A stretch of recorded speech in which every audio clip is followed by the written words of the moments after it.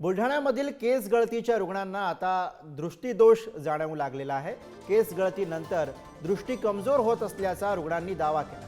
केस गळतीनंतर दृष्टी कमजोर होत असल्यानं लोकांमध्ये भीती निर्माण झाली आहे। मागच्या महिन्याभरापासून बुलढाण्यामध्ये केस गळतीचा आजार आहे। बुलढाण्यामधील शेगावसह इतर 2 तालुक्यांमध्ये 222 केस गळतीचे रुग्ण आढळले।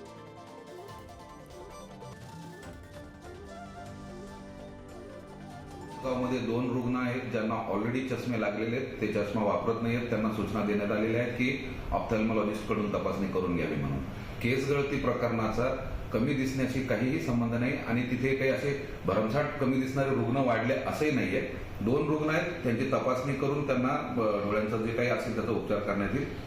पाहण्याचा, केस गळतीचा आणि कमी दिसण्याचा अर्थार्थी संबंध नाही, त्यामुळे जनतेने घाबरून जाऊ नये। माझे 15 दिवसाच्या अगोदर केस गळले, त्याच्यामुळे माझा त्रास डोळ्यावर माझ्या असर झालेला आहे। सध्या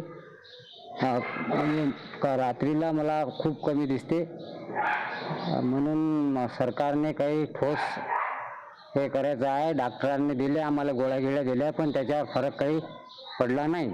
कारण जो तो फक्त डेमो घेऊन जाते किंवा उदाहरणार्थ समजा पोट दुखत असेल तर मग करून पॅरासिटामॉल गोळी देते, कोणी म्हणते वा खा, परंतु हे पोट नेमकं कशामुळे दुखते हे की आम्हाला समजले नाही।